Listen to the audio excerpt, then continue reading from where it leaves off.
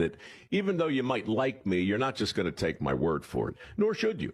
For that reason, and for a very limited time, Pure Talk is offering any of their plans for just $15 a month for the first 3 months, including their top-tier unlimited plan that normally sells for $65 a month. Think of it like a test drive, a super simple way to save $150 while you kick the tires on Pure Talk's blazing fast network, and a fine way to see for yourself why I switched from big wireless, along with a few 100,000 of my closest friends. Dial pound 250, say Mike Rowe, and be connected to Pure Talk's friendly U.S. customer service team. Again, dial pound 250, say Mike Rowe, and let the savings begin.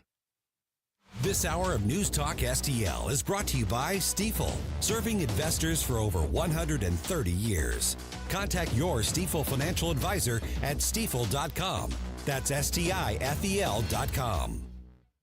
News Talk STL is proud to have Doug Voss of Safe Money Radio as part of our lineup each week. Doug has been a staple on the St. Louis radio airways for many years as one of the leading financial experts in the area. You can now hear Doug and Safe Money Radio 2 times every weekend on News Talk STL. But in case you miss anything, you can check it all out at DougVossSafeMoneyRadio.com.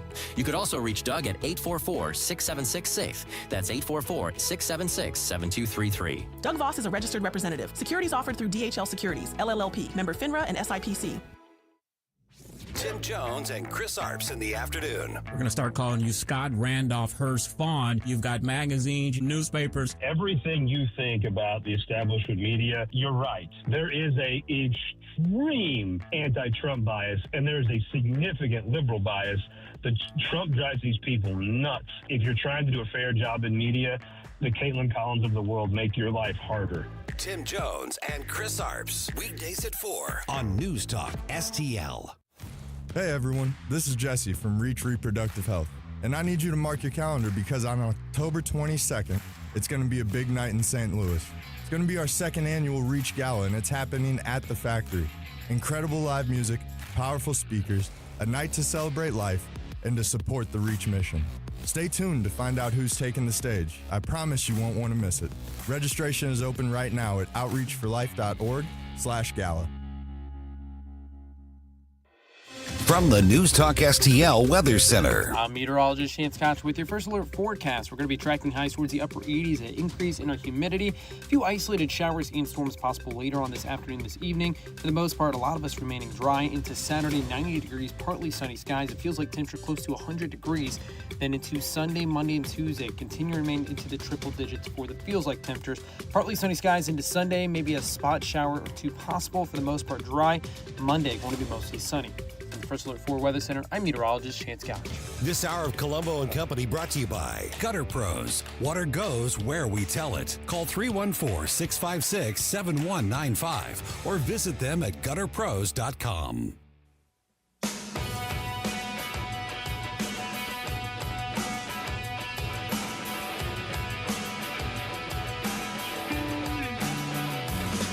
The time to rise has been engaged.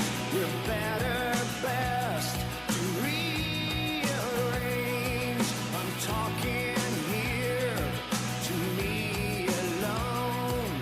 I listen to the finest work song.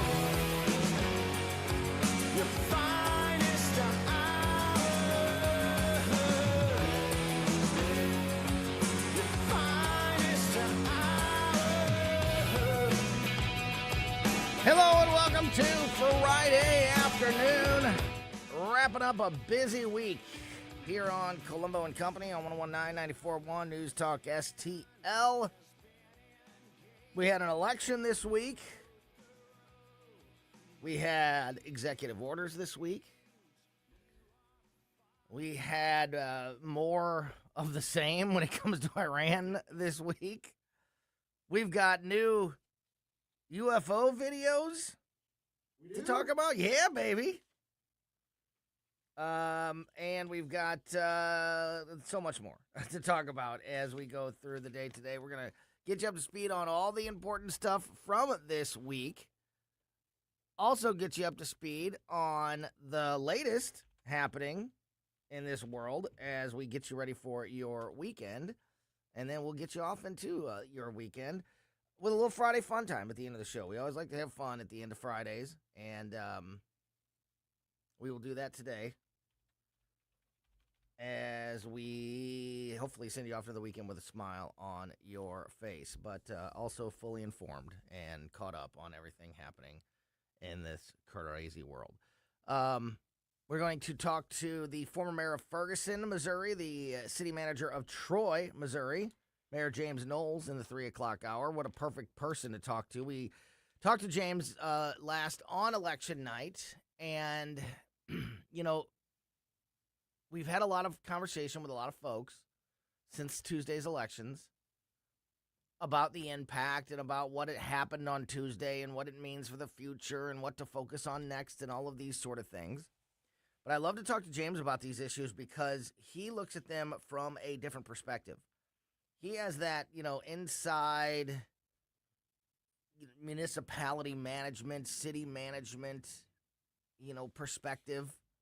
And he just, he sees some things and can point out some things that happen in these elections that maybe aren't as obvious or apparent to other people. And I've talked to him a little bit since the election, off the air. Obviously, we haven't had a chance to talk to him on the air again, where he's revealed, where we've talked about some of these really important things that happen and what kind of impact that they could have going forward. So I'm really looking forward to unpacking more of the election results with James.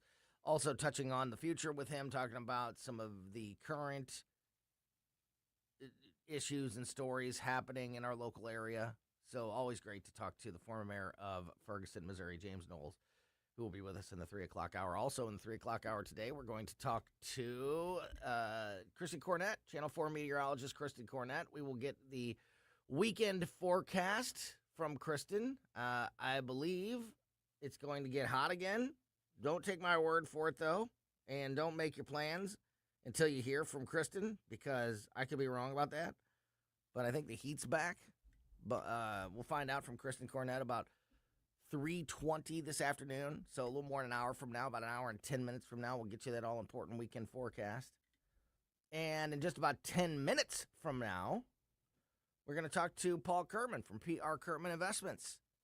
Paul always checks in with us on Mondays to get us a beginning of the week market check and check on the economy. And this week, he's able to give us the end of the week check as well, which is really good. Usually on Fridays, we start the show with Ken Williams from the Vic Porcelli Show, of course. But Ken has been out this week on a little vacation, which is well-deserved. Ken will be back with Vic on Monday, and he'll be back in here with us next Friday. And it's awesome that we are able to have Paul jump into that spot and talk to us about the economy, the situation in Iran, the situation with gas prices, all of these things that play into this conversation about the impact on our lives, on our economy, on the markets. There's a lot of outside pressure there. The elections will have that as well. So we'll be able to unpack some election stuff.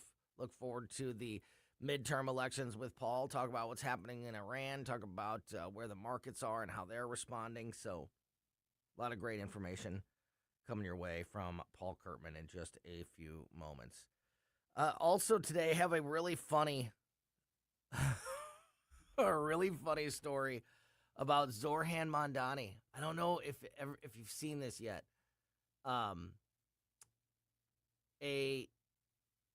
A clip has resurfaced of Zorhan Mondani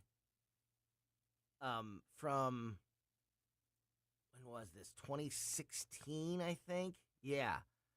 From 2016, where after his mom, Zorhan Mondani's mom, directed a Disney movie, he was one of the people because he played some role like in the production. He was, in the credits for some reason, and I think he had a little brief cameo in the movie as well.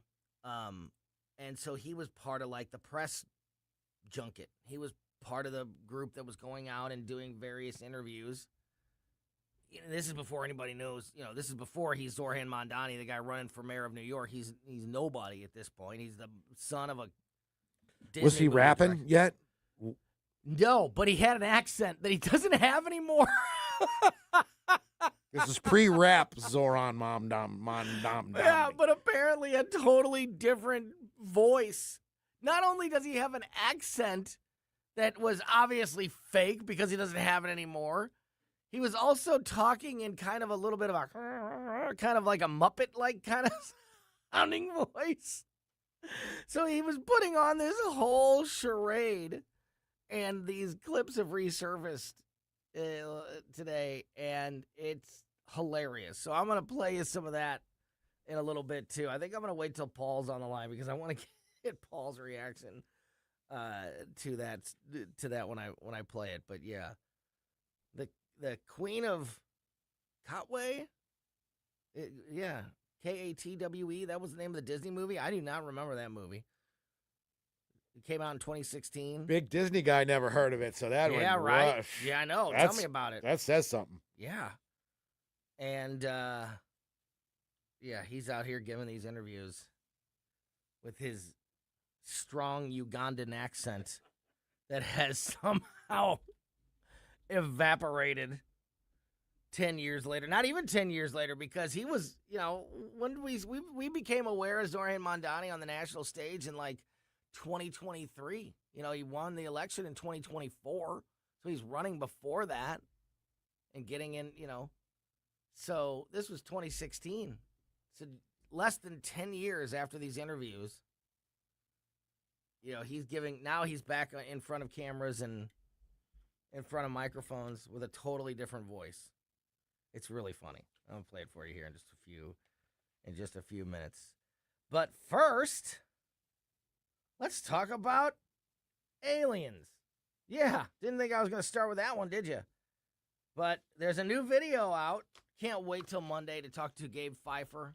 He's our space expert, literal rocket scientist, MIT grad, literal rocket scientist. Smartest person I know, Gabe Pfeiffer, who knows a lot about outer space. I think he drives satellites for a living. I'm not sure exactly what he does. I just know it's real secret and space related. My guess is in my mind he's up there driving the satellites, communicating with the aliens. He probably has friends, that are aliens. He's one of those guys that knows all the real things that are going on. Fluently speaks their language. Yeah. No, we make them speak our language. You know how we are. We don't learn anything. That's true. We make them, yeah. If they want to communicate, they got to learn how to talk English, to us. Yeah, exactly.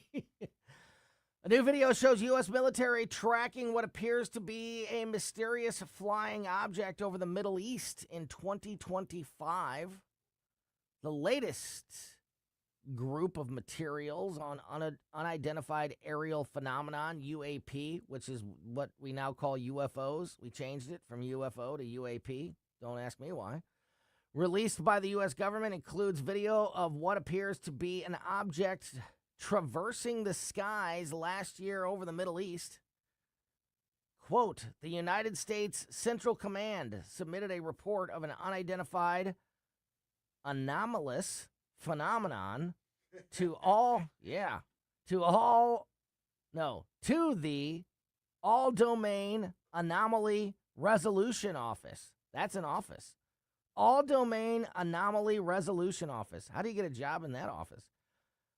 Consisting of 1 minute and 39 seconds of video footage from an electro-optical and infrared sensor aboard a U.S. military platform in 2025. Get all that?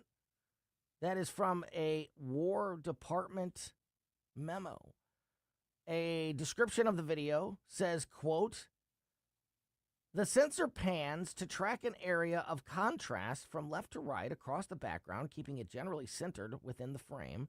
The sensor adjusts collection mode and level of magnification several times, unquote. Assistant to the Secretary of War for Public Affairs and Chief Pentagon spokesperson Sean Parnell said in a statement today, quote, "Today, the Department of War is publishing the 5th release of declassified and historical, unidentified, anomalous phenomenon files as part of the Presidential Unsealing and Reporting System for UAE Encounters," which is the Pursue project. Get it? Presidential Unsealing and Reporting System for UAP Encounters. Pursue. They always do that cute I stuff. hate it. Johnny, it drives me crazy. I bet you they made it up first. They said, let's do Pursue. And I then... hate that we have to always call every program or bill, with some goofy name, and then either we have to come up with the goofy name and then make the words fit, or we know what the words want. We know what words we want to use, but then we got to find a goofy name that match the words. Just call. You don't have to name everything that way, but we do, and that's what we've done here.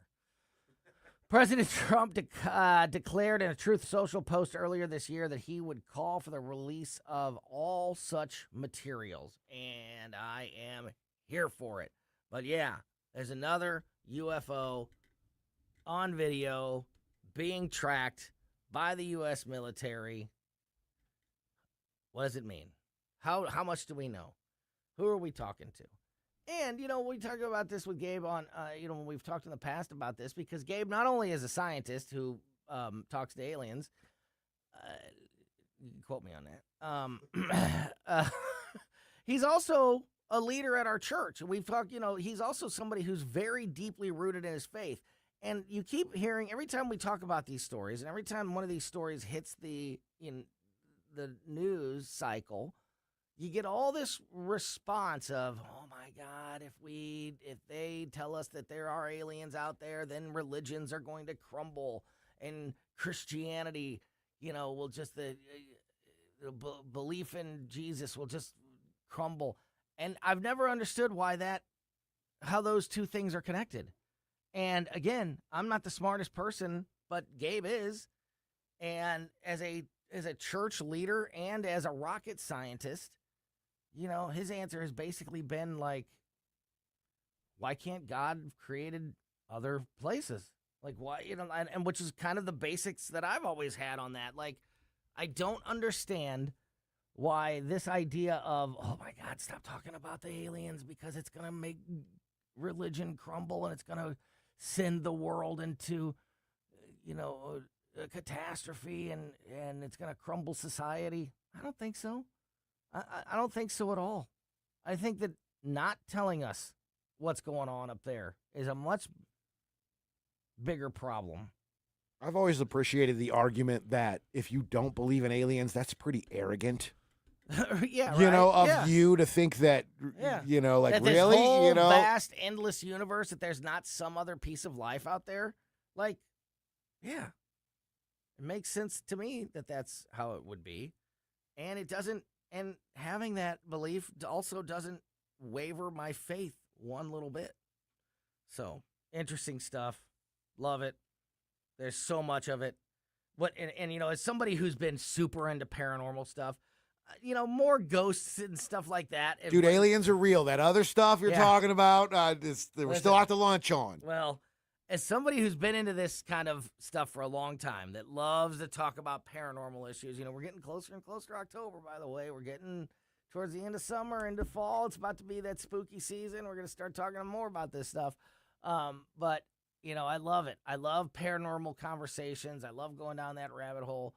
And one thing that has really been satisfying about watching all this news come out is that all these years where we were told by the government and told by officials, you're crazy. We've never seen anything up there. We've never captured any video or had any weird, signals or anything like that. Nothing like that has ever happened. Anybody that says that stuff has happened is just a crazy whack job that needs to be institutionalized. And now we're finding out like millions and millions of pages of documents going back years and years and years of videos and various, things being picked up by sensors and radar and all these things that are not like the smoking gun of that's an alien, but like that can't be explained.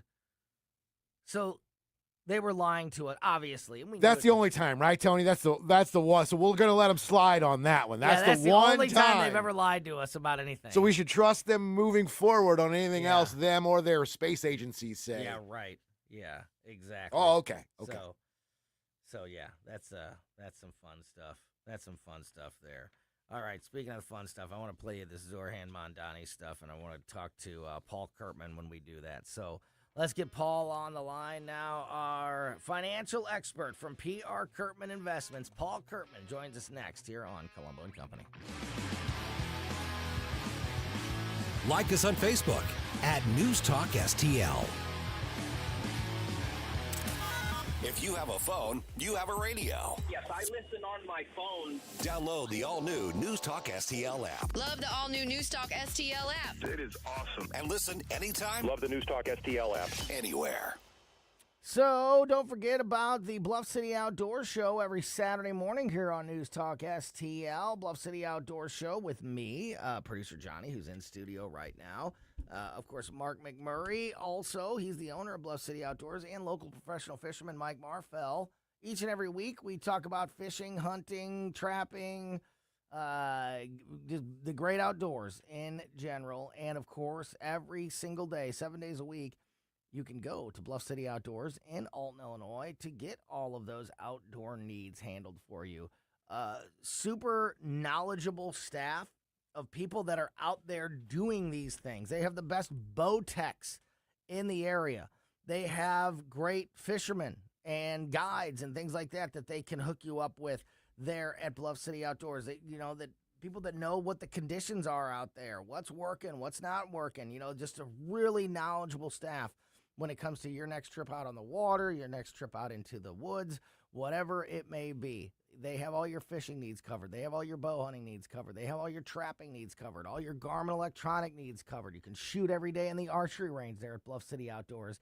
We're getting closer and closer to, I was just saying how we're getting closer to the fall and, October and Halloween season. That also means we're getting closer and closer to hunting season.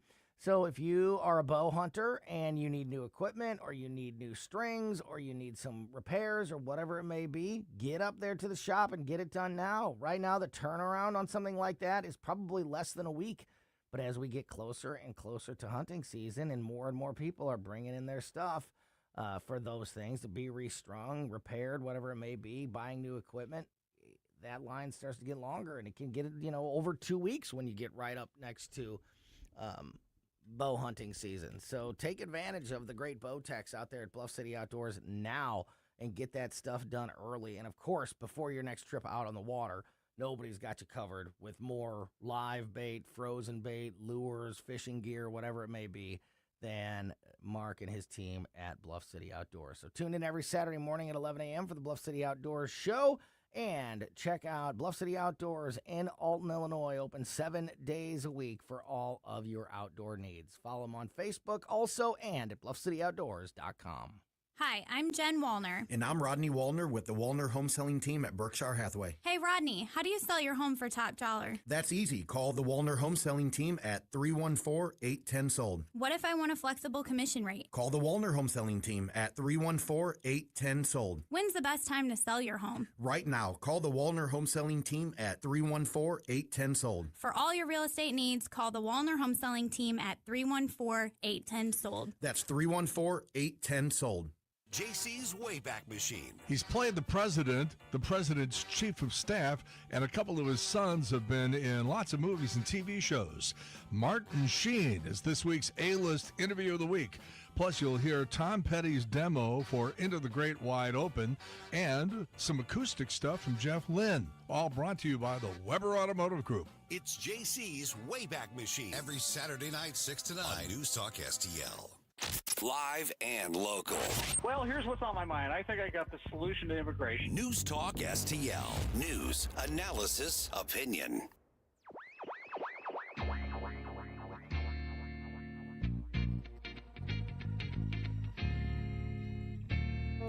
Welcome back to Colombo Company on 1019 94.1 News Talk STL. I'm Tony Colombo here in studio with producer Johnny, and joining us for a bonus time, a little bonus appearance this week from Paul Kurtman from PR Kurtman Investments. Paul always joins us on Mondays to kick off the week, to give us that start of the week check on the economy and the markets. And he is here at the end of the week this week to do the same thing and to catch us up on some of the things happening this week and get ready for the weekend. Paul, always appreciate your time, my friend. How are you? Uh-oh. Did we lose Paul? Paul Kurtman, can you hear me? Okay, I'm here now. Here he is. All right. There's nothing worse than talking to a muted microphone. No, you got to hit the, yeah, no, baby, you're good. You're good. Listen, it's Friday. It's completely unexpected. You're not ready for this. It's not your fault. But, yeah, thank you very much for joining us today, my friend. How are you? I'm doing pretty good. And what I was saying to myself just moments ago was it is a good way to end the week. We had the market really shot up earlier this week, and we've had a couple down days, but it is still like just right up near our all-time highs once again. And so it was a good beginning of the week, and we're having a good close to the week. And what is driving this? I think a large part of it, we had some economic numbers come out this week. Unemployment fell a little bit, but so did some payroll also fell. So the jobs report, the economic numbers might not have as much to do with it as the fact that Wall Street had a really good earnings week last week and this week. So we talked once before about all these tech companies that were releasing their earnings reports, Microsoft, Meta, Google, all of these. And we had a really, really good, strong week of earnings. And I think the market's been waiting for that for a long time. We've seen companies take investments and innovate and develop and bring us new technology. But what investors want to see is they want to see a return on their investment. And so when a lot of these large tech companies can start showing that their investments are paying off for their shareholders, that excites the market. And we saw a little bit of that just last week and this week.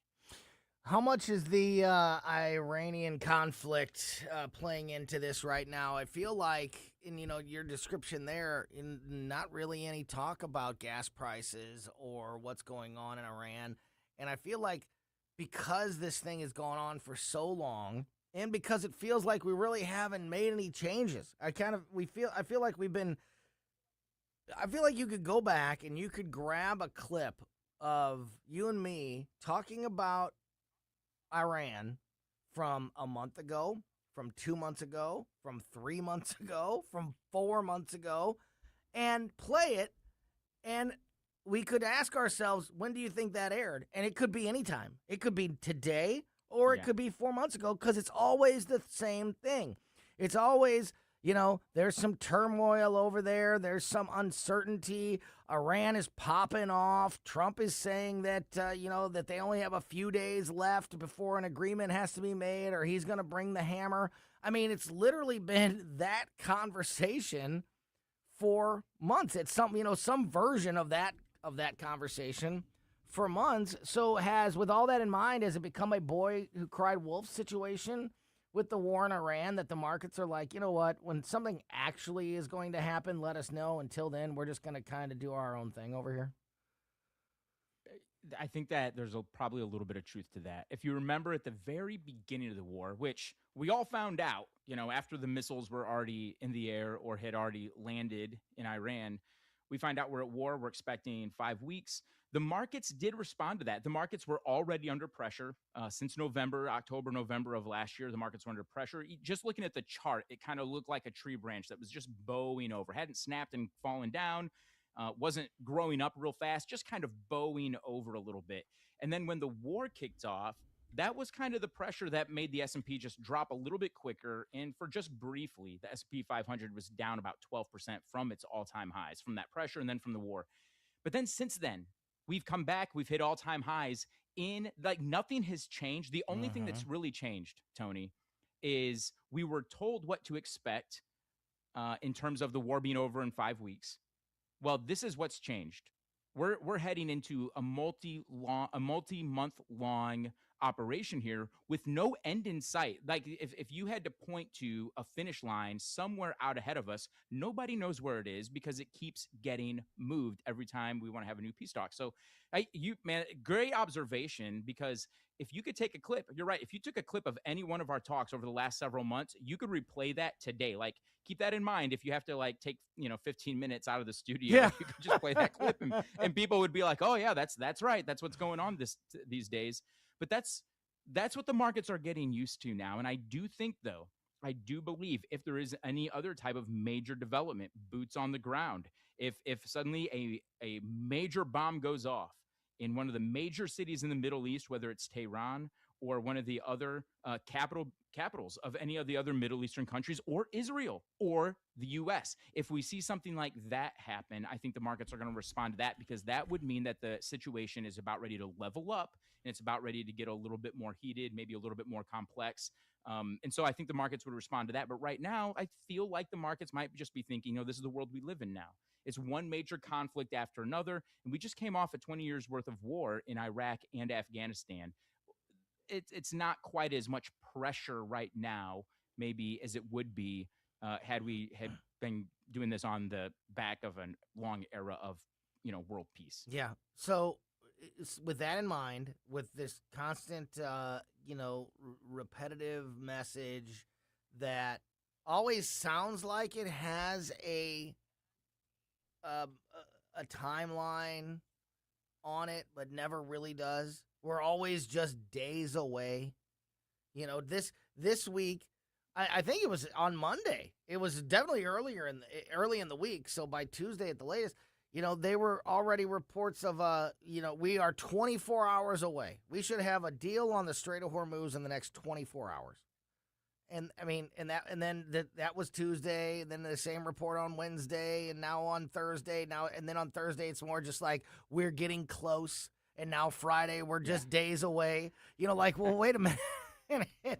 We keep hearing that this is gonna happen by the end of the week or in the next 24 hours, and then that just kind of keeps getting played on a loop. Today, the president said that Trump is personally involved in the talks with Iran to reopen the Strait of Hormuz. And I think it was yesterday, it was either yesterday or the day before, he made the prediction that as soon as the strait is reopened, that gas prices will drop to $2.50 a gallon pretty much immediately, or in a very short period of time when the strait is reopened. Do you have any faith that we are on a different path now, with the president more personally involved, with him saying that gas prices are about to drop? Does that make you feel any better or make you feel any different about where we're at? Or do you just feel like, I'll believe it when I see something, when I see something actually happen, because until then we're just spinning our wheels? Yeah, I'm just going to shoot really straight here. The president has been as involved as he possibly could be since that first missile went into the sky. So he's the commander in chief of the military. This is his operation as the commander in chief, as the president of the country. So I believe he's always been involved at the highest possible echelons. I know he's delegated some things out to Marco Rubio or to Pete Hegseth, but he's the commander in chief. So he's the one that's been involved. The second thing is this. They have already released some strategic oil reserves here and there. This has been part of President Trump's strategy to make sure gas did stay a little bit lower for Americans. So if that all stops, and then if the war stops and then that stops, I think gas will come down a little bit. But if we keep any kind of strategy going that we have right now to help keep gases low, and then the Straits of Hormuz open, then yeah, maybe it goes down even further. But I just don't think that we're gonna see gas fall that dramatically. I hope that it does.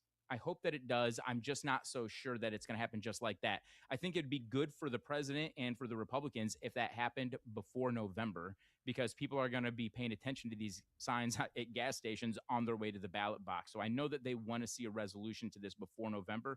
The closer they push this to November, though, the worse it's going to be politically for the president's party.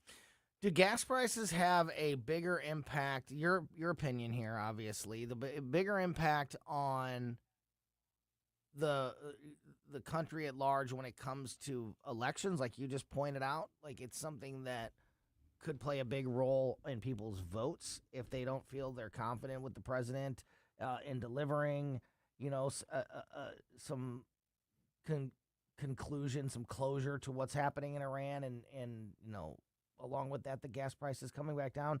Or does it have more of an impact on the economy? Or is this one of those situations we were talking about a minute ago, that the kind of ship has sailed when it comes to the markets worrying too much about what's happening in Iran? Where's the bigger impact when we talk about gas prices coming down? Does it have could that have a major impact on the markets, or is the impact more felt at the ballot box? I think that the impact after gasoline prices come down is an impact that's felt at the ballot box more. So when gasoline prices come down, they're coming down for a reason. That reason has already happened. So gas prices coming down is what you would call a lagging economic indicator. It's something that lags behind the actual change that's already happened in the economy. So it's a lagging indicator. But from 5 campaigns of my own, running campaigns, I can tell you this much just from my observation. I've never read like a peer-reviewed study on this. I'm just saying from my observation, boots on the ground, campaigning for myself from one election cycle to the next. Most people just pay whatever they need to pay for gas because they have to have it. And so they find a way to do it. A lot of people are comfortable enough that they don't like paying higher gas prices, but they'll do it. But it really becomes a much bigger issue as we get into election season, because one of the parties, usually the minority party, is going to try to weaponize that against the party that's currently in control, because they want to remind the American people, they want to remind the people here in town or wherever, hey, just remember how high your gas prices are as we go into election. And people just have a kind of a way of immediately associating those higher gas prices with whoever is in office right now, whether it's true or not. So it has more of an impact, in my opinion, as we go into an election cycle. Talking to Paul Kurtman from PR Kurtman Investments. And Paul, I wanted to play you this Zorhan Mondani thing. Did you hear me talking about this a moment ago? Do you know? Have you seen any of this?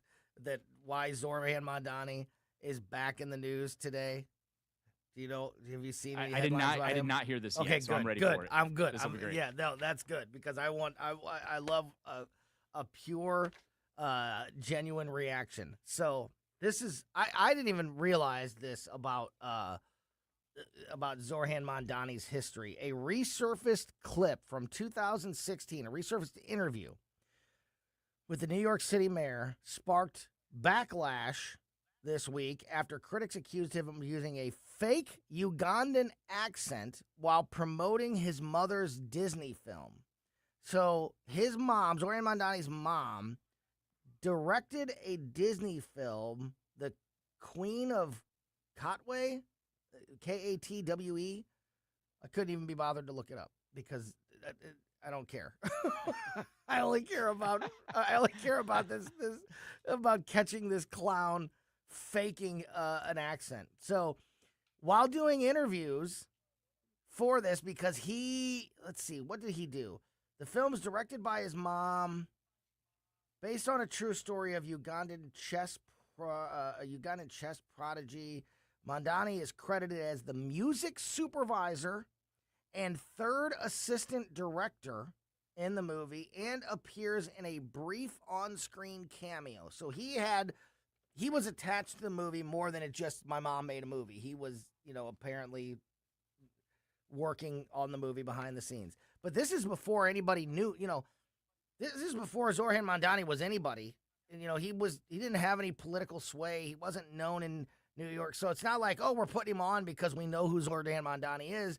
He was just doing a couple of these smaller, like local radio, not to take a shot at myself, but you know what I mean? Like, he was just doing like these local radio hits around the country promoting this movie as part of like the press junket for Disney. And, he is Ugandan. He has Ugandan citizenship and was born in Uganda, but he was raised in South Africa in his early years, but moved to New York City when he was 7. So he's been in, and we've heard him speak many, many times. He does not have any type of accent whatsoever. But right. But this is what he sounded like in 2016 while doing interviews promoting his mom's movie. And then I'm going to play, after this, I'll play you a little clip of his recent speeches, and you tell me if he was faking something at this point. This is 2016 Zoran Mondani talking about his mom's Disney movie. I mean, we also do, our showcase. We do our showcase in Kampala. But I mean, having a dance move to a song is a big thing, right? But I would say the Nigerians have really patented that. The Nigerians come out with a song, like Yemi Alade has a song called, what's the name? Kofi Annan. She has a song called... Okay. That's Zoran Mondani in 2016. Here's Zoran Mondani a month ago. Benjamin Netanyahu is a war criminal, the architect of a horrific genocide against the Palestinian people. He is responsible for the killing of more than 73,000 people. Wow. I mean, we also do, our showcase. We do our showcase in Kampala. That does not... Not only does he have a fake accent, he's also doing like kind of a Muppet thing with his voice, isn't he? Like he's also like changing the tone of his voice. He's just, what a fake piece of crap this man has always been. Go ahead. Well, he's going on and on, like, but the Nigerians, like he's living next door to Nigeria or something. Yeah, I could give you the whole African, history and tell you about all the different cultures and everything around the world because I'm so, because I'm so authentic. Like he's just like he is like I'm gonna fill you. I'm gonna lift the veil on our local politics and culture here in Uganda. Let me tell you what, these Nigerians, good grief, that's probably one of the worst. Not just because he took the accent, and we've seen politicians do a lot of that when they're out campaigning. Oh, but then Hillary Clinton, Bill Clinton, yes, Kamala Harris, Hillary's done it. Yes. Yep. But then to try to like pull yourself like back into the region like you just got here, like you literally just landed off the plane, because let me tell you about this. Let me tell you how it really is. This is the movie, but this is how it really is. Yeah, these Nigerians. He that's became the big one. Like he the fact that he's became trying to pull himself. Yeah, he became like well known on the national stage in 2023 because in 2024 he won that election. So in 2020, this was in 2016. So less than 10 years. In less than 10 years, he went from to I'm here to fight for the people of New York. Like with a different like he's a tone. Harvard graduate. Yeah, with a different tone and no accent whatsoever. What an inauthentic POS that, I mean, we know that. I mean, it's nothing new that Zoran Mondani's a liar, but and not authentic, but just to be caught so blatantly. And where's all the people that are going to cry cultural appropriation and talk about how this is completely, not trying okay. to capitalize. I mean, for socialists, trying to capitalize off the backs of the Ugandans by co-opting an accent and talking as if you just arrived here at the airport. That you actually lived that culture when you didn't. You were born there, but you didn't live there long. You moved, and then you were here in the United States by the time you were 7 years old. You did not grow up, in that environment, in that culture, in that part of the world, and certainly don't have that accent. And I'd like to see if he gets called out. He's getting called out by, people like us today, Paul, but will he get called out by the people on his own side that would certainly call out somebody else? Start a theater troupe, Tony. Yeah, you know what? It's funny you say that. Because in a lot of these stories that I was reading today, they were like calling him a theater kid. They were like, theater kid Zoran Mondani, putting on his fake accent for these interviews. Him, Hillary, Kamala, Bill Clinton. I mean, they've got the accents down. They could start a business and like coach Hollywood actors like on how to. Hillary Clinton. how you get remember the right when accent for the she part said you're that playing. She was talking to like a black audience and said that she never leaves without having hot sauce in her purse or something. I mean, just the I most keep a gross, bottle of hot sauce in my purse. Yeah, just the grossest, most racist like stuff. And I ain't in no Or the way talking. harm. Yeah, remember that one? That clip? Yeah. I ain't in no way. It's like somebody needs to tell her, like, Hillary, listen, the point of acting is to act like you're not acting. Yeah. Like that was the absolute worst attempt And it's at any racist. accent I've ever heard. And it's racist. It's racist and gross to do that. And remember, Joe Biden was like, "I'm gonna put you all back in chains." Like, oh my God, what are we doing here? But they don't get. But they, and Zoe Mondani gets to fake an accent, but they all get away with it. It's only wrong. It's only wrong if you're a conservative. Yeah, you got that right. If you're anybody else, if you're a Democrat or a progressive, racism only then, racism is only racist when it's done by a Christian or a conservative or a white guy or or a black guy that votes for a Republican. They don't count either. So, but yeah, what a joke! What a joke! He's a joke. That is hilarious. Here, one more time. But I mean, we also do, our showkeys. We do our showkeys in Dude, you're making me racist by association to this. Like just hearing this is I'm like, I'm being hate crime. Yeah. What is that voice? Paul Kurtman, really appreciate your time, buddy. Thanks for a little overtime on a Friday afternoon. Thanks for checking in with us, and we look forward to talking to you again on Monday as we kick off another busy week. Sounds good. Thanks, Tony. Thank you. That's Paul Kurtman from P.R. Kurtman Investments. All right. In the 3 o'clock hour today, so in just about 12 minutes from now, we're going to talk to the former mayor of Ferguson, James Knowles. Before we get there, that's my fault. That's my fault. Sorry. Yeah, sorry about that. Little ads just popping up, Before that, I want to talk a little bit about Donald Trump's new executive orders. There's 2 targeting birthright citizenship. So I want to fill you in on those and more as we continue on a busy Friday afternoon here on Colombo Company. On the next Larry Connors USA. The story behind the story. An American girl wins Olympic gold, but later is told she might never walk again. Larry Connors USA. Now, weeknights 6 until 8 on News Talk STL. Intervine and Intervine.com, the local family-owned business that makes the best flashlights, lanterns, and headlamps. They also make batteries in all different sizes. And the team behind Intervine, Mike McClary, who is with us on every Tuesday. He's our big tech AI expert here on the show. This is his family business. And, Mike is the best and somebody that we know and trust and keeping, supporting that local business while also just having the best products is fantastic. And on top of all that, you can get everything at Intervine.com for 25% off just by using my name, Tony, at checkout, Tony, as your promo code at checkout. Gets you 25% off everything at Intervine.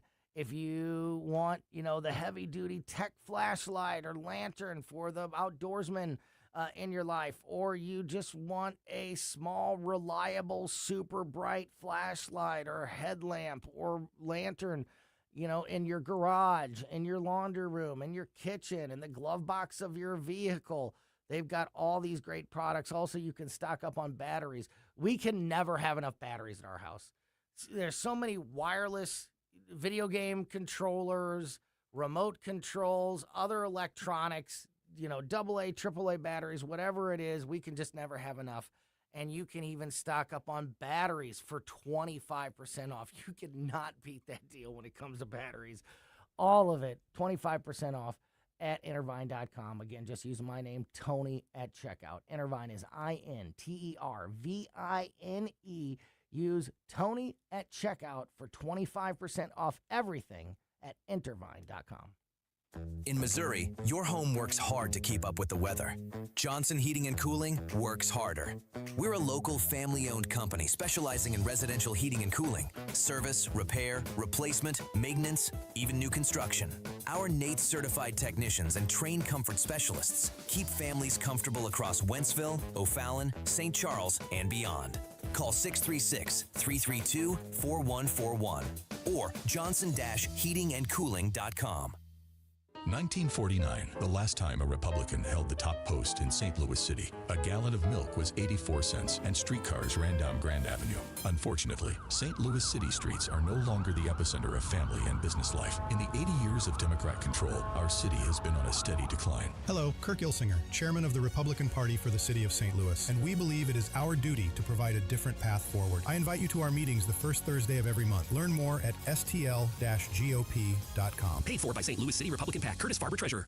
Chris Arps here, and after Becky and I leave church on Sunday, we head down the street to Capriotti's to grab a classic meatball sub. I love Capriotti's, and you will too. Visit Capriotti's now at 2 locations on Manchester, McKnight, and Rock Hill, and now in Creve Coeur on Olive, just 1 mile west of 270. Steve Templeton's Weekend Forecast, brought to you by Connor Roofing. You can count on Connor for all your roofing needs. Visit ConnorRoofing.com. That's CONNER Roofing.com.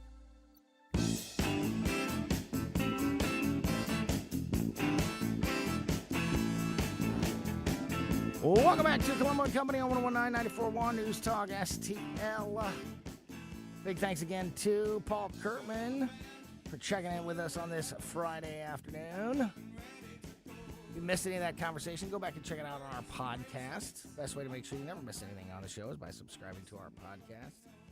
Donald Trump signing 2 executive orders targeting birthright citizenship and birth tourism after a Supreme Court setback earlier this year. The president yesterday signed 2 executive orders targeting birthright citizenship and birth tourism, saying his administration is taking a new approach after what he called a very unfortunate Supreme Court ruling.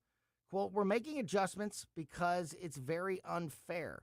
They're building businesses around birthright citizenship. That's not the way it was supposed to work. It's a disgrace. They're buying their way in, and we're not going to let it happen." The move comes after the Supreme Court blocked Trump's earlier executive order seeking to limit automatic birthright citizenship under the 14th Amendment. White House officials said that the new directives rely on existing executive and immigration authorities and are intended to narrow eligibility for automatic citizenship in certain cases while cracking down on foreigners who travel to the United States to give birth. This is going to be really interesting to see the difference between the last time he tried to do this with executive order and this time, because did he, is he going to get shot back down? Is this going to not hold? Or are there certain rules in place and guidelines and limitations and specific instances that are that these apply to that aren't maybe as broad as the last one? It's going to be really interesting as we learn more about this to unpack it and get those details and see what is the difference, if any, between this and the last one, and why we would think that there will be a different outcome this time as opposed to the last time. White House Deputy Chief of Staff for Policy, Stephen Miller, said the first order expands the categories of people the administration considers ineligible for birthright citizenship, including, quote, alien enemies of the United States, members of foreign terrorist organizations, and large categories of people who lobby and act on behalf of foreign governments. Miller said the second order was issued, quote, for the first time ever in American history to ban birth tourism, unquote. He said the administration will deny visas to people who seek to enter the United States, quote, to have a child, to make that child an automatic citizen, as well as those who organize such trips. So, which kind of gives you a disturbing look into what really is an industry right now, the industry of birthright citizenship and birth tourism, where foreigners, families, women, plan on being in the United States just right at the time that they're going to be having a baby to make sure that that baby has United States citizenship, and therefore, they giving them more of a right with their child being a citizen, more of a right to try to be here and to bring their family here. And not only like that, how pre-planned that stuff is, but how there's an industry built around others helping to coordinate that with these women and these families. It's absolutely amazing. We'll dig deeper into this as we continue the conversation. You're listening to Colombo and Company. 42% of Missouri fourth graders can barely read. 42%. It's the worst result in 20 years. If kids can't read by third grade, they fall behind in school, and many never catch up. But other states have provided a roadmap for success. Missouri needs one universal reading test for all third graders and one clear statewide standard for what it means to pass that test. A struggling reader who still can't read after extra help and a second chance at the test should repeat third grade with some exemptions. We also need to end the outdated 3Qing method, which encourages guessing instead of reading, and require teachers to be trained in the science of reading. In Mississippi and Indiana, test scores jumped up dramatically after these reforms, and Missouri can do the same. Missouri children deserve to become confident, capable readers, and strong early literacy reforms can make it happen. The Show Me Minute has been brought to you by the Show Me Institute and Show Me Opportunity. Calling all patriots. Join the St. Louis County Republicans for the annual Lincoln Reagan Day Dinner, Saturday, September 19th at River City Casino. Our keynote speaker, Newsmax personality, Rob Carson. Enjoy a full night of fun and information alongside state and local officials and candidates. It's an evening you won't want to miss. Dinner and program, just $75. For tickets, email Renee Artman at hotmail.com or call 314-398-6667. Hey, it's Vic. If you have a tree that you think is dead, you can get Roots Plus to remove it for you. Or if you think the tree is savable, or if Roots Plus thinks it's savable, they can save your tree and you keep your cash. Call them and find out what that's all about at 314-440-3662. The crews are great. They get things done. They removed the tree for me, and they did expert work, and I definitely will put my name on their company. So save the tree with Roots Plus, LLC. RootsPlusLLC.com. KLGY HD3 Clayton, K270BW Bellefontaine, KNBS Bowling Green. This is News Talk STL at 1019, 94.1, and always streaming at newstalkstl.com. News this hour from Town Hall. I'm John Scott. As Acting Attorney General Todd Blanche's confirmation appeared headed for sure defeat, one on-the-fence Senate Republican gave him and President Trump a vital lifeline. Bill Cassidy has remained quiet on how he would vote on Blanche, who barely survived his confirmation vote from the Senate Judiciary Committee. Now, speaking with President Trump's pick to lead the Department of Justice, Cassidy has made his decision. All considered, I will vote for Mr. Blanche. I'll be criticized for this vote. What's new? But people of Louisiana can be assured that I worked hard to understand the issue and to make the right decision. With Cassidy's green light, Blanche has a chance, but to be confirmed, Senate Republicans will need an assist from Vice President J.D. Vance. Bernie Bennett, Washington. It's unclear whether the Senate will actually vote on Blanche on Friday. The Senate confirming Cameron Hilton as head of the Federal Emergency Management Agency. Hamilton was among 74 nominations approved by the Senate. The Senate also approving David Cummins to lead the Transportation Security Administration and Daniel Perez for ambassador to Brazil. The key voting bloc in Michigan signaling resistance to the Democratic Senate candidate. Progressive Abdul El-Sayed, the Democrat nominee for Senate in Michigan, is drawing strong pushback from Jewish Democrats, with some community leaders saying they cannot support him.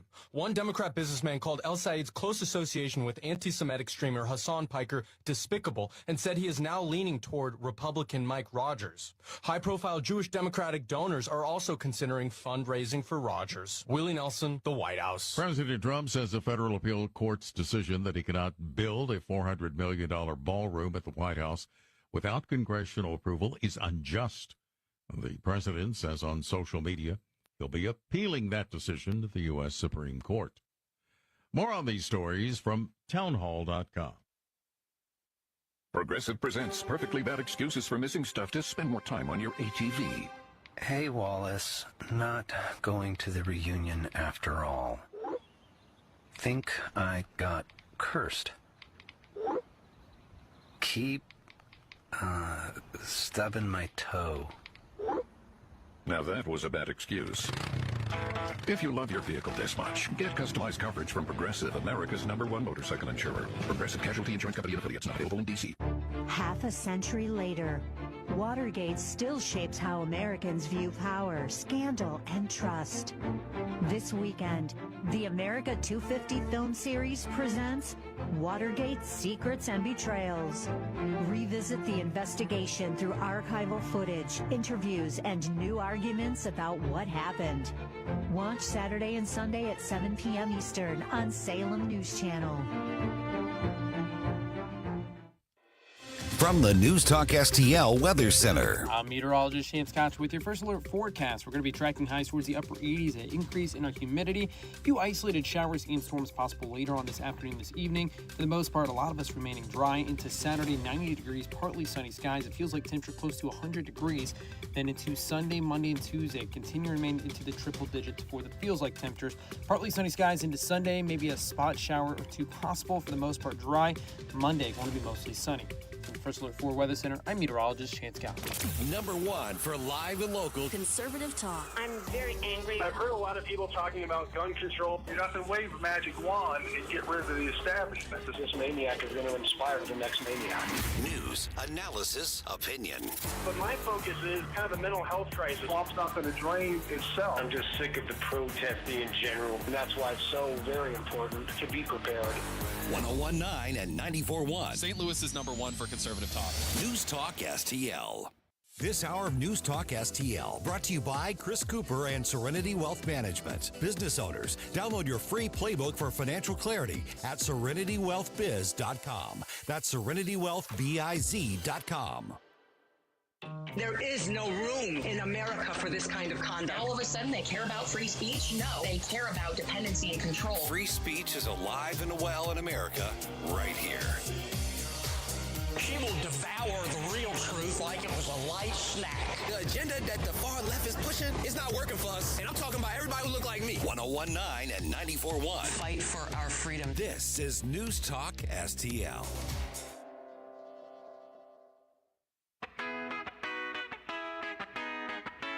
Like us on Facebook at News Talk STL.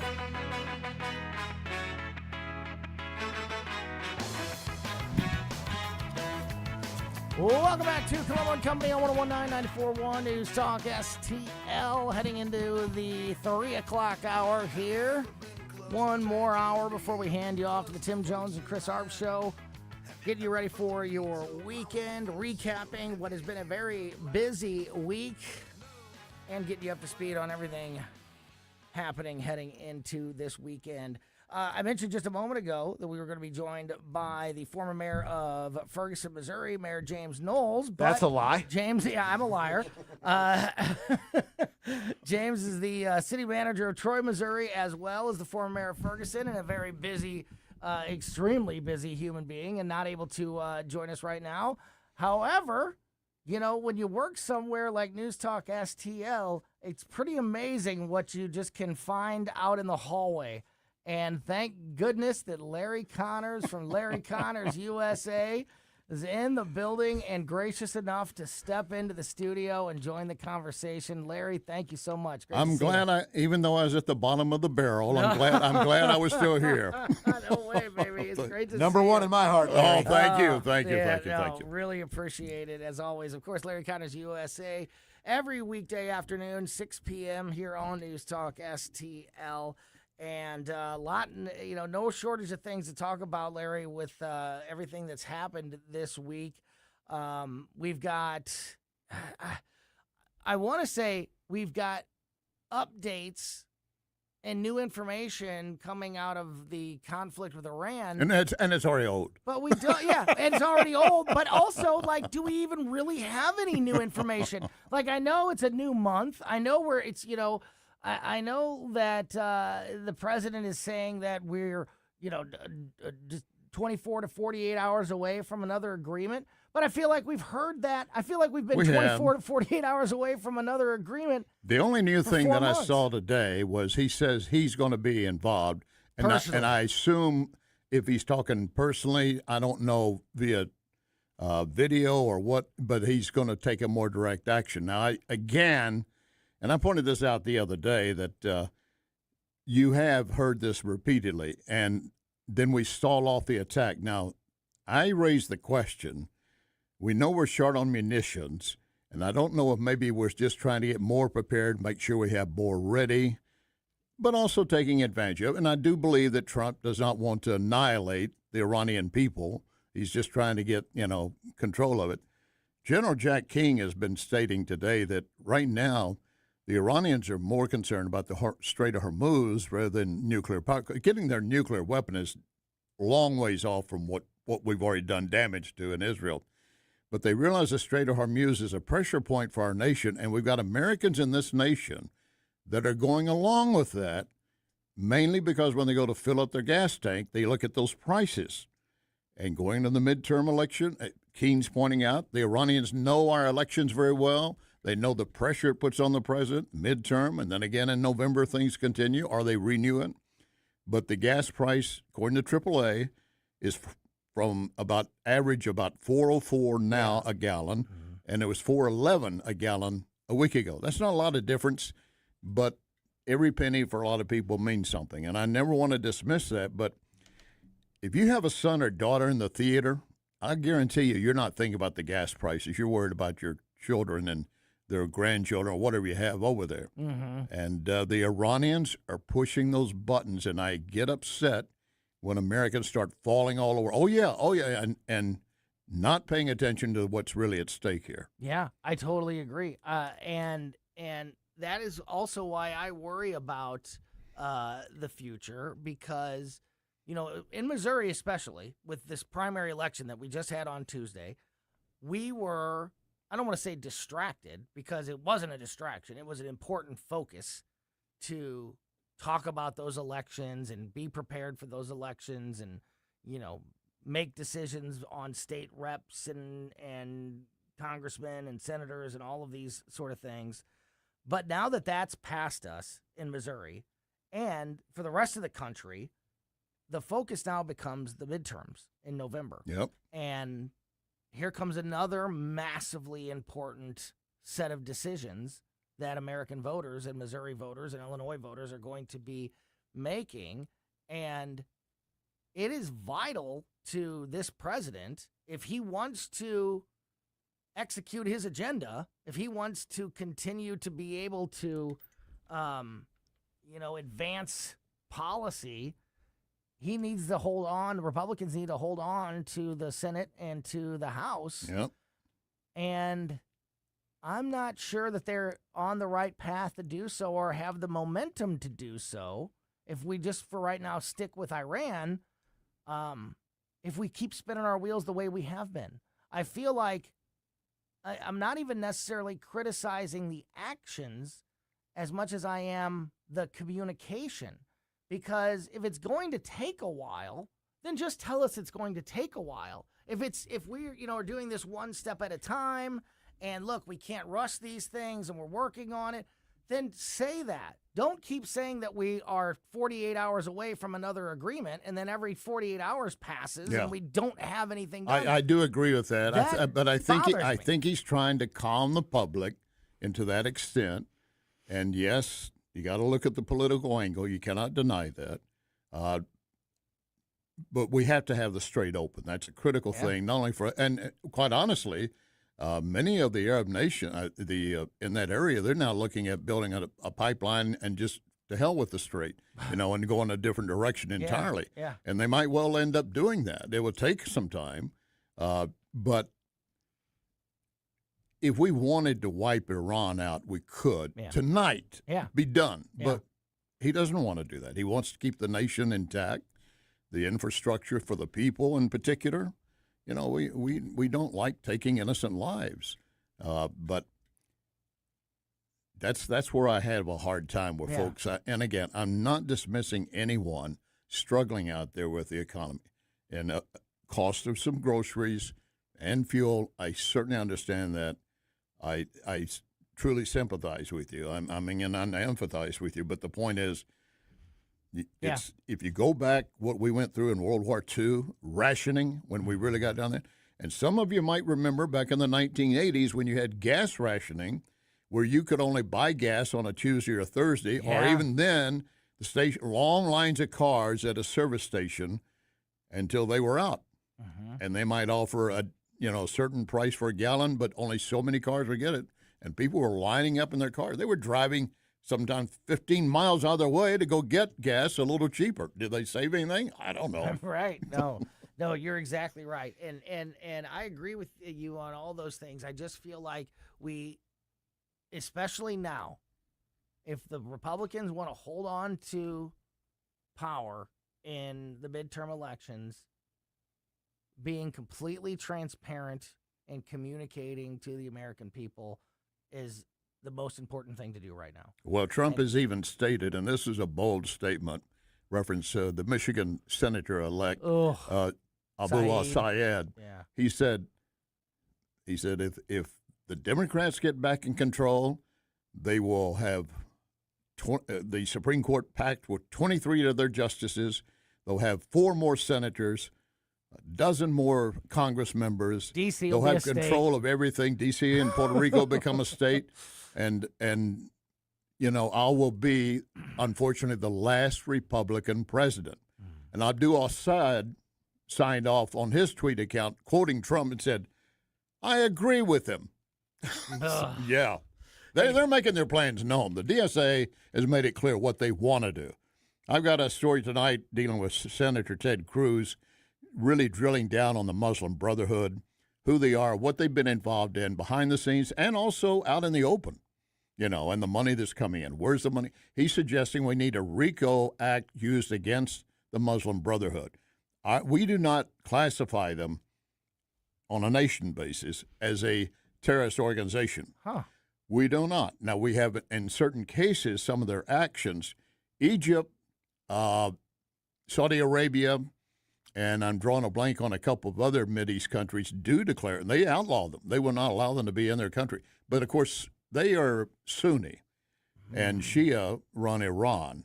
And so there's a difference there already. Yeah. Talking to Larry Connors. I correct that. The Sunni run Iran. I had that backwards. Sorry about that. Talking to Larry Connors from Larry Connors USA. Got a couple minutes left here with Larry before we check in with Channel 4 meteorologist Kristen Cornett. She's going to bring us the weekend forecast here in just a few moments. Larry, haven't had a chance to talk to you about Anthony Fauci and the spectacle last week in front of the Senate with 111 times where he pleads the fifth. Yesterday, the United States Senate committee led by Rand Paul advanced a contempt of Congress plan against Anthony Fauci. Great, but what's it accomplish? What does it accomplish? And I'm not going to get my hopes up about well, he said somebody they're being held to account. He said they're going to hand deliver that direct to the Attorney General, which I assume they have by now. Yeah. But then you've got, it's a partisan divide, but there are political experts on both sides that say, yeah, there are some variances here where he could have spoken to some things and still, as has been pointed out, he's always faced perjury, even as beginning testimony, every step of the way. The point now being that even if he answers questions now and then he missteps and commits perjury again, the pardon only lasted from 2016 to Biden's last day in office. Everything he did in that time frame. Yeah. So if he does anything past that date, he will be held liable for it. Do you have any confidence? What's your gut feeling about will Anthony Fauci ultimately be held to any type of account for misleading the American people? Well, there you have it right there. Not so much contempt of Congress, but contempt of the American people. Yeah. That he's guilty of. Oh. And all of these people that flocked around him and praised him and so forth, they have to be questioning themselves, even if they actually believed everything.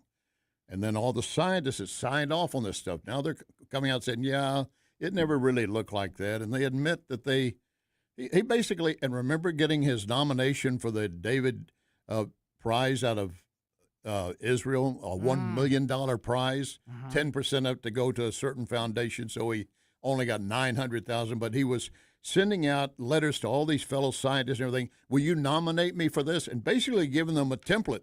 Here's what all I've done. Just put it in your words or just sign it and send it back in as nomination. So, this guy is a scam artist in so many ways. Last thing I wanted to ask you about, I just touched on this in the last segment. The president yesterday put out 2 new executive orders targeting birthright citizenship, but more importantly and more specifically, birth tourism. Yep. We know what happened with the Supreme Court.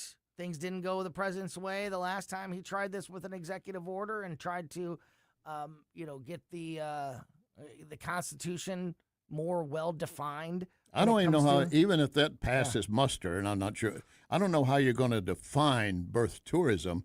A woman's pregnant, she comes to visit the U.S., and voila, she happened to have the baby. Right. Now, if she comes 3 months before the baby is due, was she planning it on that sense? Or apparently there are organizations. Oh, there are. There are. China is full of them. Like travel agencies. Yeah, travel agencies in Russia, China, and elsewhere as a birth tourism. So maybe if you can prove a connection to a agency that's literally scheduling your trip to the United States to make sure that you have your baby over here, maybe that can be considered some kind of I can also fear, though, Tony, that if even if they're not using that, there are, maybe 6 weeks plus from the pregnancy, and they come over and they induce just to have the baby. For sure. And because it's not regardless of why they come, I pray for the health of the baby. Yeah, and amen to that. And it's because it's not just organizations in China and Russia and Mexico and other places out.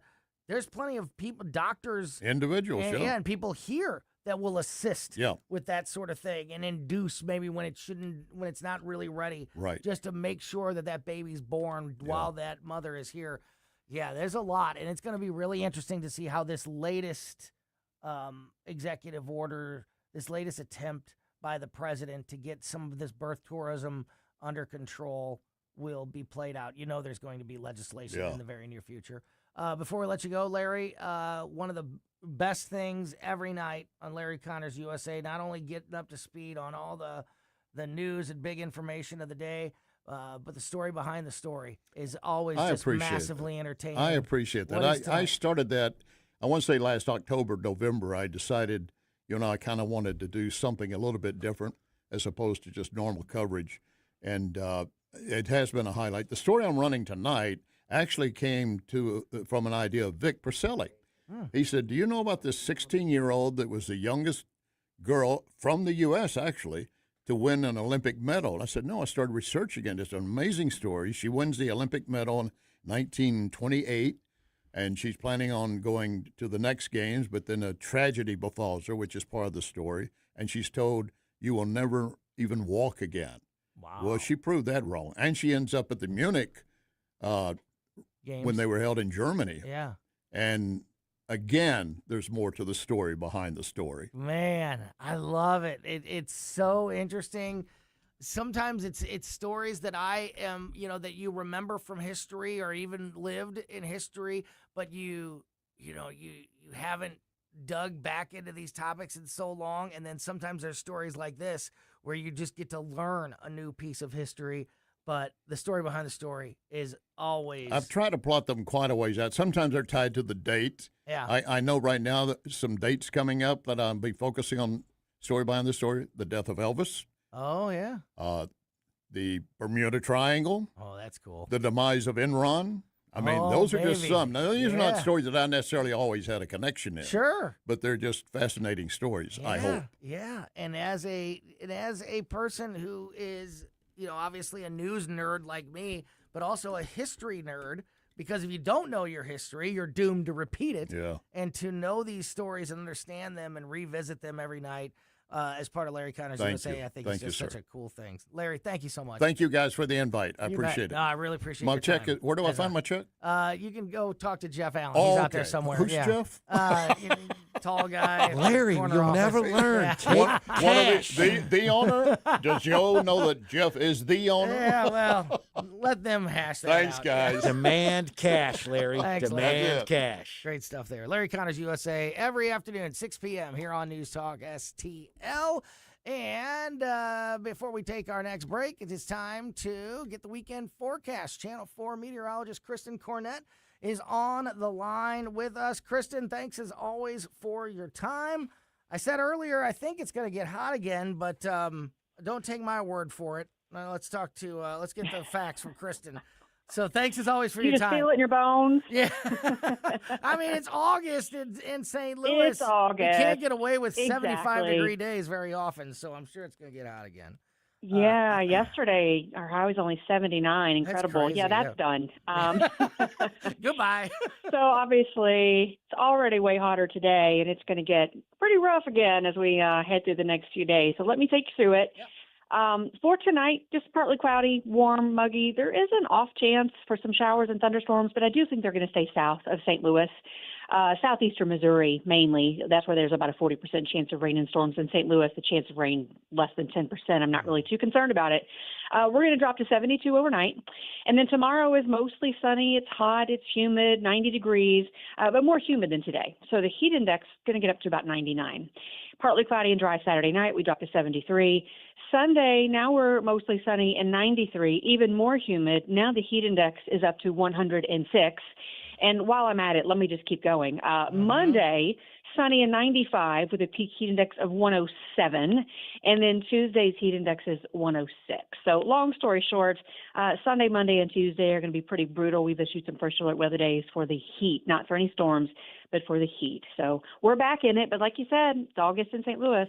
And, when it's that humid, when it's that muggy outside, you get wet. You're just like sweating the second you walk outside. But other than the moisture coming out of your body from the sweat, do we have any real big chance of rain over these next few days, or is the heat and the humidity Not the story? really. Yeah. The next decent chances of rain don't really roll in. Of course, it's weather; things can change. Sure, but as of right now, it looks like Tuesday night, Wednesday, and Thursday could be a little unsettled, maybe even into Friday. So we get into a bit more of a wet period toward the mid-latter part of the week. But through Tuesday, not a whole lot. Yeah. So at least for the next several days, the heat and humidity is the main story out there. And, of course, be aware of that and be safe. Keep yourself cool. And as I always say, the best way to keep up with everything happening out there, if you have a question with the weather or something, you need to check the temperature, or if there is, a storm rolling through or something like that, the Channel 4 weather app is the best place to go to keep up to speed. You guys just do a great job with keeping people informed on the Channel 4 weather app. I love it, and I recommend it to everybody. Is the best way to keep up with what's happening with the weather. Appreciate outside. it. Thank you. Thank you, and I appreciate your time as always. Kristen Cornett, Channel 4 meteorologist. Really appreciate your time. Have a great weekend yourself, and we'll talk to you again Have soon. a great weekend, everybody. Yeah, Bye-bye. Great stuff there. That is Kristen Cornett, Channel 4 meteorologist, and always great stuff to hear from them. And I was right. It's about to get hot. I didn't like that at all. Can we respin? Yeah. Can I call her back and get another go at that? Yeah, can you push a different button? Can you pull a That different was, lever that was there? terrible. On the Yeah, I weather want side? another shot at that. I like that it's not raining. I do appreciate the no rain. But man, that humidity just crazy. I was doing something else, and then I heard her numbers, and I said, what did she just say? Yeah, heat index tomorrow. Okay, so quick recap there. Tomorrow, sunny and humid, high of 90, heat index 99. Sunday, basically the same, except it's even hotter. 93 is a high, 106 as the heat index. And then Monday and Tuesday, more of the same. Heat indexes. No, shut up. I wanted you to re-rack that again, too. You try again. That was awful. Baby. I can't. That was terrible. I can only repeat the facts from the professionals. All right, we are rolling through a Friday afternoon here on Colombo and Company. I mentioned that the president back in the news today with those executive orders regarding birthright citizenship and birth tourism. Also, today, back in the news is the president responding to a panel of federal judges who ordered the construction on the White House ballroom to stop. The president said that he will immediately appeal this decision to the U.S. Supreme Court. I want to get you updated on what's happening with that, and we're also going to bring you a little Friday fun time before we wrap things up this afternoon on Colombo and Company here on 101.9 and 94.1 News Talk STL. News, analysis, opinion. You know, they're literally taking the Constitution and putting it in a paper shredder. News Talk STL. Fox News commentary with Kellyanne Conway. Next. You're probably listening to this in your car, so let me ask you. Would you drive without insurance? Of course not. So why is your retirement portfolio unprotected? Gold is portfolio insurance. It helps de-risk your savings when markets get unpredictable. Noble Gold Investments has helped thousands of Americans do exactly that, with no high-pressure sales and thousands of 5-star reviews. Visit noblegoldinvestments.com. That's noblegoldinvestments.com. Past performance may not be indicative of future results. Investing in precious metals involves risk. Consult with your tax or financial professional before making any investment decisions. Here's Kellyanne Conway. The Democratic Socialists of America are screaming DSA over USA. And if people actually listen to what they're promising and who they are, their own survey says 85% white, 80% with a college degree. This is not the old Democratic Party. These are folks who were told by the institution, the academic institutions, fork over 6 figures, get a degree with us. You can support yourself, have home ownership, maybe own a small business, be able to live the American dream, however you define that. And they're disappointed. Their grievances are weird, though, because if you actually listen to what they're promising, I don't think Republicans right now should just say, oh, socialism, socialism. They should explain to people what that means. That means no private ownership. That means health care for all, which sounds great but costs too much. And I actually think letting them talk and explaining who they are and showing who they are is a great benefit to the Republican Party. For more commentary like this, go to foxnewspodcast.com. Are you struggling with life's pressures? The Flot Line has answers. Join host Rick Hughes for biblical principles and learn how to build a spiritual flot line in your soul. Discover God's plan for your life. Sunday mornings at 9:30 on News Talk STL.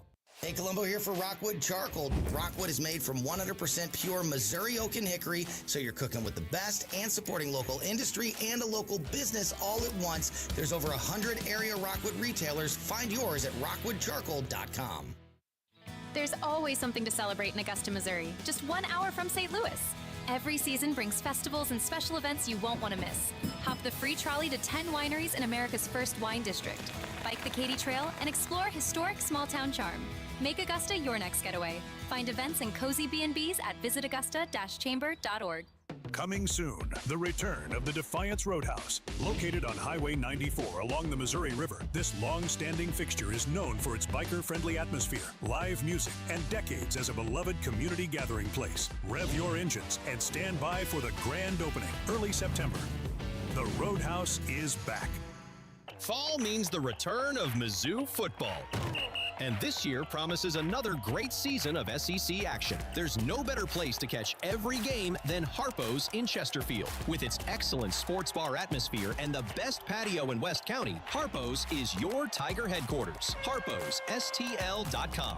Everyone deserves a safe place to call home. Cedar Oak in High Ridge is a unique ministry providing more than just shelter. They offer hope, support, and a compassionate community for individuals rebuilding their lives. Since 2023, they've helped those facing housing challenges, especially when addiction has been part of their journey. At Cedar Oak, you'll find personalized care, empowerment, and real long-term solutions. Take the next step. Visit cedaroak.org.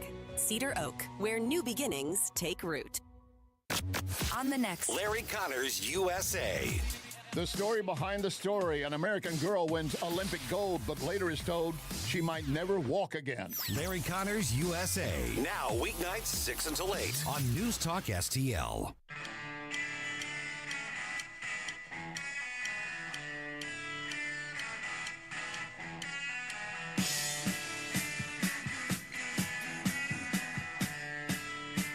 Welcome back to Colombo Company on 101.9 News Talk STL. Great stuff in that last segment with Larry Connors from Larry Connors USA. Also the weekend forecast there from Channel 4 meteorologist Kristen Cornett. If you missed it, it's going to be hot. It's going to be hot. It's going to be muggy this weekend. So be prepared for that and keep yourself cool, because it's just going to get hotter and hotter over the next few days.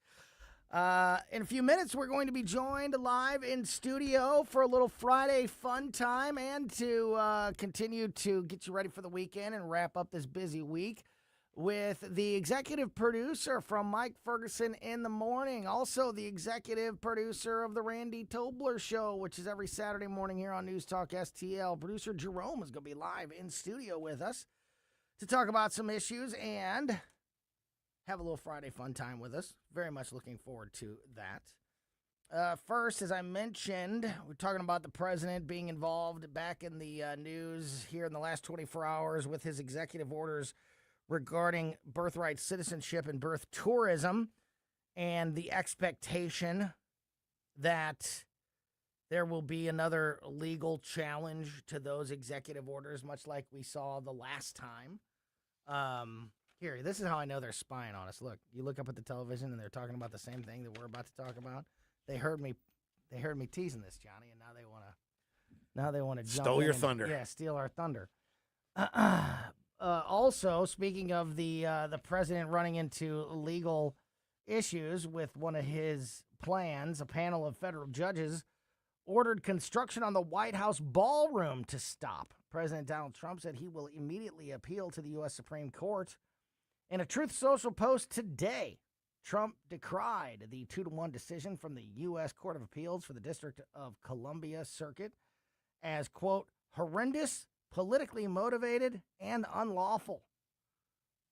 He said, quote, the circuit court's decision, which is totally wrong on the vital subject of standing, standing all caps, of which the plaintiff has none, severely jeopardizes the lives and welfare of the people who work and will be working at the White House, including all future presidents of the United States and their families, as well as the lives of all those visiting, such as heads of state and other dignitaries, and all Americans who wish to visit the historic, beautiful executive mansion, Trump wrote in a post. That was also one sentence, by the way. It's just something I like to point out and have some fun with every now and then. He also accused the court of refusing to acknowledge that the ballroom, which he said is being built ahead of schedule and under budget, is a gift from President Trump and great patriots of the United States of America. There will be no expense to the American taxpayer. This unjust decision must be overturned by the Supreme Court in its entirety, Trump said in the Truth Social post. The appeals court today upheld a lower court decision that paused above-ground construction of the proposed 9,000 square foot White House ballroom project, which replaced the demolished East Wing. The earlier ruling allowed work to continue on the underground national security facilities and certain safety and security measures, a decision the higher court also upheld. The appeals court said in its 136-page ruling that the decision to build a massive ballroom lies with Congress, not the executive branch. Judge Patricia Millett and Brad Garcia wrote the majority opinion, remarking that there is no precedent for what Trump has done. Quote, "We are aware of no instance in American history in which a president unilaterally and using privately collected funds demolished substantial portions of the White House that Congress authorized to be built and American taxpayers paid for until now." Well, okay, here's my problem with that. Yeah, if there was going to be hundreds of millions of dollars of taxpayer money used on this project, then I can understand why it does need to be Congress and there needs to be more people involved, and you can't just unilaterally make that decision. But the fact that essentially Trump is paying for this himself, along with, some donations or however the money was collected by other people that are donating to the cause, from the very beginning, he's talked about how this is his gift to the White House, and it's being completely privately funded. Now, that doesn't mean that he can do whatever he wants, and you just build. If a president's rich, he can come in and do whatever he wants. There needs to be obviously some oversight about what's going on here. We don't want to build, a big giant Donald Trump statue on one side of the White House just because Trump can pay for it. But that's not what this is. This is and you can look at the plans and you can look at how this is a ballroom, and then also underground a big, addition to the security measures and adding more space and capability and resources for security and things like that at the White House underground.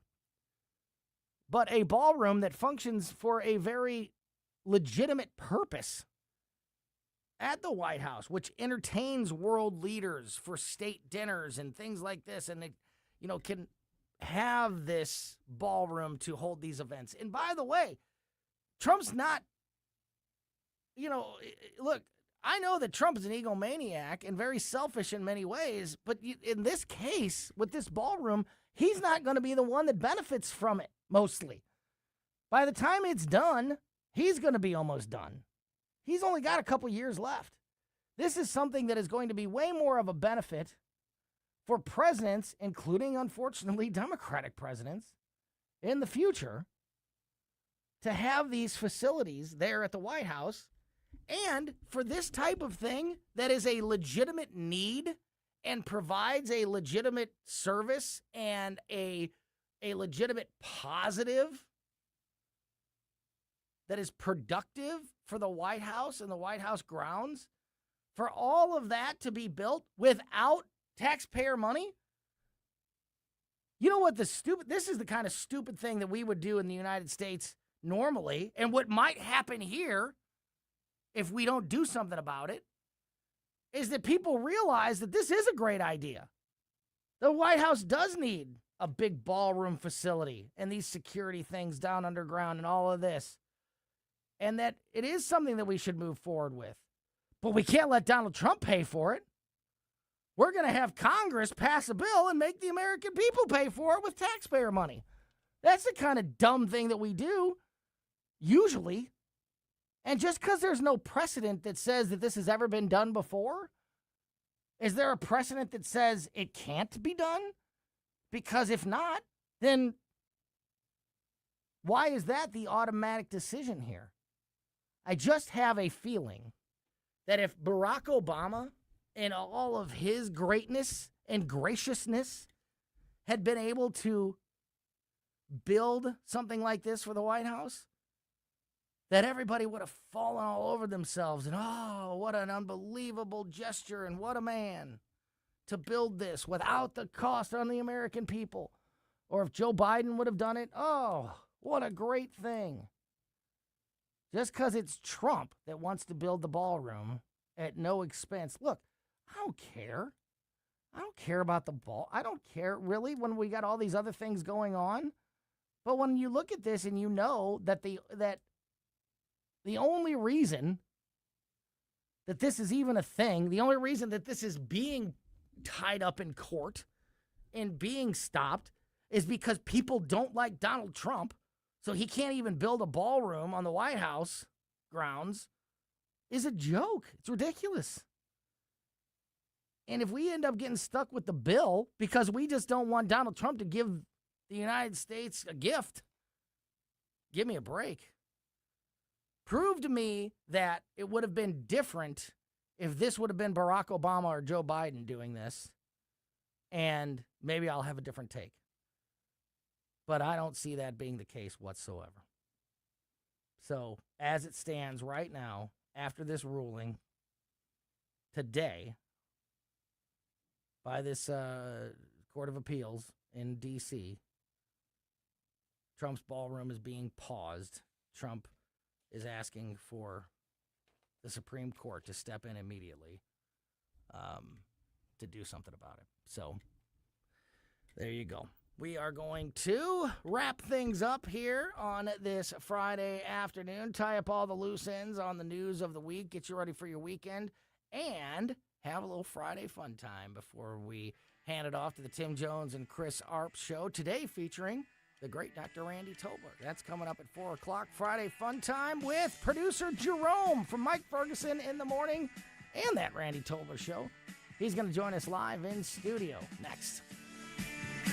This is News Talk STL at 1019, 94.1, 99.1 HD3 and newstalkstl.com.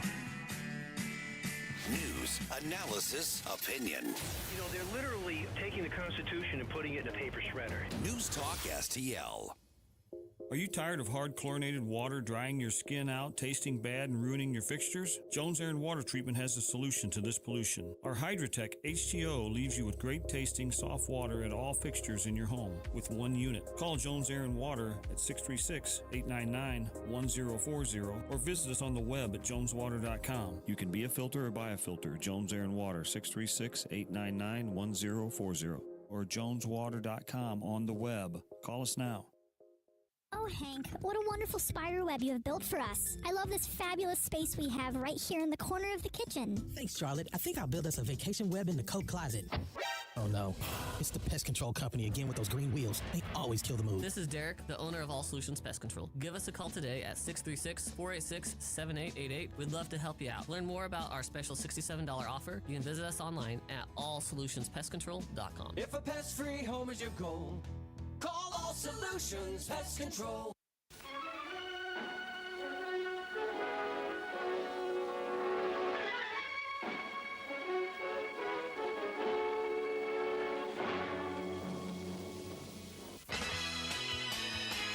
Follow Tony Colombo on Twitter at Tony Colombo Talk. Oh, welcome back to Colombo Company on 1019 94.1 News Talk STL. I'm Tony Colombo here in studio with producer Johnny, who's been in all week. Thank you very much, Johnny, for all your help this week. Johnny is with me every Saturday morning at 11 a.m. He's the executive producer of the Bluff City Outdoors Show with local professional fisherman Mike Marfell, the owner of Bluff City Outdoors, Mark McMurray, and myself. So Glitter boat owner, Mike. You know it, baby. So make sure you tune in every Saturday morning for that. Speaking of Saturday morning programming, the Randy Tobler Show with Dr. Randy Tobler is every Saturday morning at 6 a.m. The doc is actually going to be filling in for Tim and Chris here during the Tim and Jones and Chris Arp Show at 4 o'clock, so he'll be with us in just a few moments. And every Saturday morning on that show, you can also hear producer Jerome. You can hear him every morning with Mike Ferguson and Susie Moore on Mike Ferguson in the morning. And he is also the producer of Larry Connors USA, one of the busiest men in all St. Louis media. And he's in studio with us now. Don't let Larry hear you say that. He refuses to let me call himself his producer. I am his director. The director of Larry Connors USA and the executive producer of Mike Ferguson in the morning and the Randy Tobler Show. So I want to get into some of the fun stuff, Friday fun stuff. But you and I haven't had a chance to talk in a long time about some of this stuff on the air. And so as we wrap up this super busy week, I wanted to touch base with you on a couple of things quickly. But one that I know is something that you guys have been talking about a lot as we have, the Anthony Fauci situation and whether or not and listen to the bigger point of, here's a guy who we know from his diaries, we've caught him lying. We knew already that he was lying. We knew already that he misled the American people during the pandemic. But now we have the diaries to prove it. We finally get a chance to have him pinned down in a courtroom, and he pleads the fifth 111 times. And much like others, here's the larger point that I'm talking about. We had that show with Fauci. We've seen the same with people like Hunter Biden and James Comey and the Clintons. Are we ever going to see any of these people held to account? Despite the fact that we have the proof of their lies to the American people, is anything going to happen? It started off so uplifting and so happy. I don't want to ruin everybody's weekend by telling them no. Yeah, but the answer's no. The motto is, it's fine for me, not for thee. And we are the thee, unfortunately. No, I do think that the damage to his reputation, and especially in the public opinion, it's unrepairable at this point. Susie Moore actually made a great point on Mike Ferguson in the morning that despite the federal pardon, there are a lot of states right now eyeing what can we get Fauci with right now. And so pleading the fifth may have not been just to say, well, I don't want to finally tell the truth. I mean, we already have the diary. We already know experts and other people have already been talking about stuff. So we know enough that we were right, that we were lied to during the entire COVID lockdown. But now is this a setup now to prevent the states from being able, because the federal pardon is not going to protect them at the state level. Right. So I think that might be part of the play right now, is that they might be thinking, okay, well, we're untouchable up here, but how many different states that have had irreparable damage dealt to them for multiple years? How many of those people will actually have an attorney general to say, okay, no, let's put our charges against them now? Yeah, I hope to see that, and I hope Missouri is one of them. In the past, we've had great attorneys general like Eric Schmidt and Hawley and others in the past that have led the way with this kind of thing.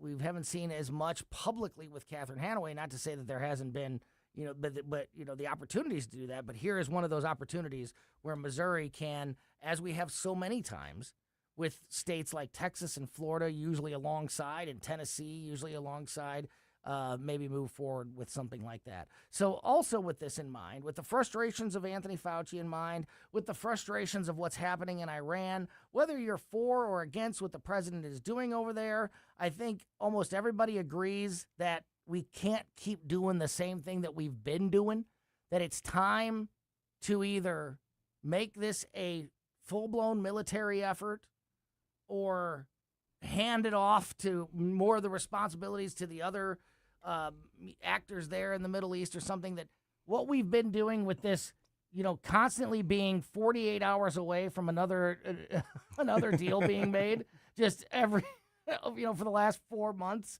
we've been just days away from another agreement. That can't continue. So with all of that stuff in mind, and with these primary elections here in Missouri, at least behind us from this week, now all eyes are on the midterm elections in November. How do you feel about the momentum that the Republicans and the administration has? Because if they hold on to the House and Senate, or they lose the House and Senate, or even one of those, the final 2 years of the Trump presidency is massively different one way or another. So these November elections have tons of importance on these last 2 years of the Trump administration. How do you feel about the president and the Republicans' momentum at this point heading into November? Well, the definition of insanity is doing the same thing over and over again and expecting a different result. And we've heard Iran is on the verge of collapse. Iran is begging to make a deal. We have something close in the works. They're completely devastated and destroyed. We've been hearing that since pretty much the Operation Epic Fury was launched. And it seems that that's been how many, 4.5, 5 months now at this point. Yep. So at some point, it's driving me crazy, whether or not it's insane or not, but it's driving me crazy hearing the same thing over and over again. And I think a lot of Americans are feeling that as well. And I think a good indicator of how America's feeling is when we had Kurt Barr on. He's the election director for St. Charles County. He came on to talk about how secure we feel with the way that these primaries went. And he mentioned that there are areas where they were running out of nonpartisan ballots because people were requesting a record number of nonpartisan ballots, because they didn't want to be affiliated with either the Democrats nor the Republicans at this point. And it's not a huge percent. I think Kurt said it was something like 10%, but still, I mean, we were seeing the Democratic Party, as of this morning, per Pew Research, is about 28% registration. The Republicans are right around there, I think at 29 and 28% as well. The largest group gathering, unfortunately, it's not the Libertarians, but independent. People are leaving. I was going to say, nobody's asking for the Libertarian ballot. As somebody who has asked for the Libertarian ballot many, many times, yes. I know what I know the reaction to it. Like, are you sure? Like, what? So just about 5 or 6 years ago, the independent registration was about 30-ish, 35%. It's currently sitting at about 45%. More new voters are registering independent, and we are seeing a continued decrease of people that used to be registered one way or another, now shifting away from that. And I do think that the war is very unpopular with, I mean, of course, the left hates it because anything Trump does, the left hates, but the way that Trump got into power was through a coalition victory. You had a lot of different right-wing groups that came together that were maybe not necessarily on the MAGA train altogether, but they were willing to work together because we had this idea of no new wars. And even though it's not legally classified as a war, for all intents and purposes, we have been messing around in Iran with what does not seem to really have weakened Iran very much. I mean, they still feel emboldened enough to try to close the strait and to try to do attacks against other bases. They still talk trash, that's for sure. And the fact that we allow them to do so is part of the frustration. And I just feel like the Trump administration needs to do something in that regard and, just make sure that they are communicating clearly and showing the work that they're doing and the progress that they're making to the American people. Do a better job of that than they are now. Tag me in. To head into Tag me in and I'll figure something out over there. That's producer Jerome from Larry Connors USA, Mike Ferguson in the morning, the Randy Tobler Show.